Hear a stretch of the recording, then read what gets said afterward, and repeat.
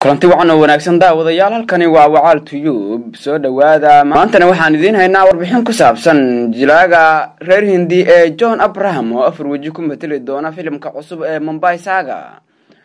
murqaaniga Bollywood-ka John Abraham wuxuu haatan ku mashquulsan yahay duubista filimkiisa la wada sugayo ee Mumbai Saga ee uu gangsterka awoodda badan ku matalayo, waxaana mashruucan director ka ah Sanjay Gupta.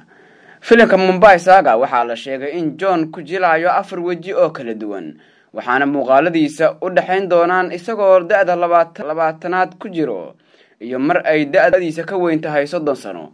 sidoo kalena qaabka uu u labisanayo wuu kala duwanaan doonaa maadaama laba xilli lagu jiri doono filimkan, waqtiga 80aadka iyo 90aadka, taasi oo ka dhigan in John afar marxaladood oo kala duwan door ahaan filimkan uu ku jiri doono. Hashimi ayaa askari ku matalayo filimkan loona xil saaraya inuu John Abraham iyo xulifadiisa gacanta ku soo dhigo, waxaana sidoo kale filimkan door weyn oo muhiim ah ku yeelan doona Suniyal Shetty oo Soomaalidu u taqaano Balwaan iyo Gulshan Gofar iyo jilayaal kale. filimka Mumbai Saga waxaa la daawan doonaa 19 June 2020, waxaana maalgelinayo Bushan Kumar oo madax ka ah shirkadda T-Series. haatana mashruucan duubistiisa si habsami ku dheehan tahay ayay gudaha Mumbai kaga socotaa.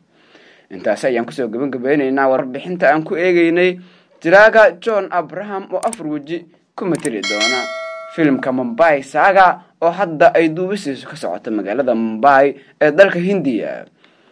haddii aad nagu cusub tahay subscribe saar oo furo gambalaalka si ay ku soo gaaraan warbixinadeennii ugu dambeeyay. warbixinta haddii aad ka heshay like saar oo share garay, aad ayaad u mahadsan tahay. halkanna waa wacaal tube.